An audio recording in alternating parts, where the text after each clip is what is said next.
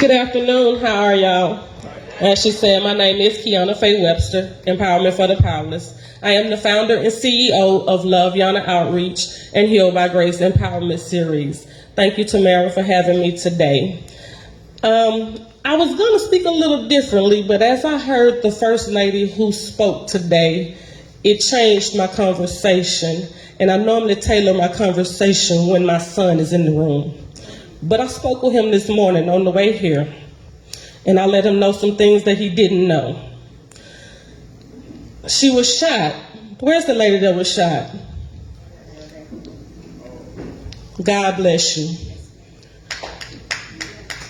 LoveYuna Outreach is a nonprofit organization for individuals and families affected by domestic violence.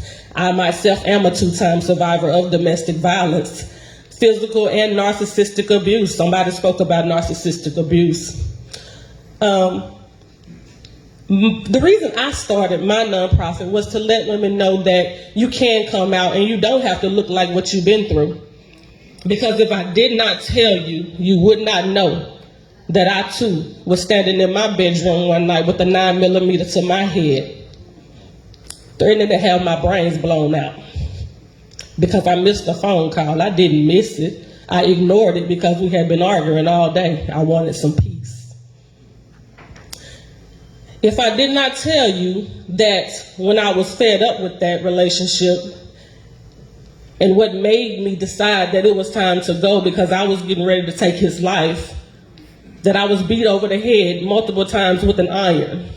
Who knows what the inside of an iron looks like? I do. Because he beat me over the head with that iron until it fell apart. He stomped me. He spit on me. He put me in front of the mirror and he said, "Look at what you look like." And I looked at him bloody and bruised with one tear running down my face. And I said, "You've done everything you can to try to break me. Why?" Fast forward some years later, December 22nd, 2016, my best friend of 18 years passed away. Today would be her 41st birthday. And I fell into a deep depression. Nobody even understood it. Because everybody, you have to check on your strong friends. Let me say that. I'm that strong friend, but we cry tears, secret tears nobody know about. So I ended up meeting a narcissist. I didn't know anything about a narcissist. Never heard of it or anything. But after that relationship, it was needed because I was able to define myself and figure out who I was and why I attracted these people, because I had to back up. And he was a narcissist too. But a person that'll hit you, of course they'll call you out of your name. But when you have a relationship that's literally tearing you apart and they're not putting a hand on you, I had to go to Google. When you gotta Google what's going on, it's a problem. So I found this word, narcissistic sociopaths, and I just started educating myself. And I became so furious and heartbroken that there are people that survive that literally live to tear other people down for their own self-gratification. See, that's hurtful. That's very hurtful.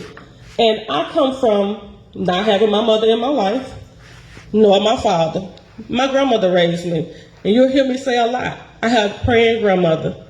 And I wish she was here today to see the work that she had done. Because I wouldn't be this woman if it had not been for her. I could go on and on, but I'm going to close here. And I tell any woman, anybody, you don't have to look like what you've been through. Thank you.